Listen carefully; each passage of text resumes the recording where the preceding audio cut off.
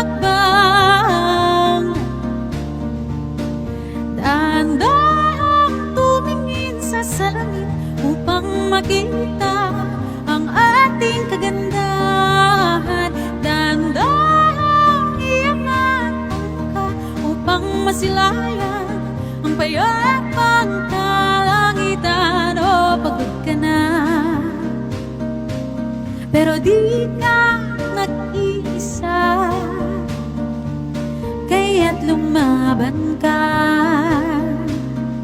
at sabihin, ako naman muna.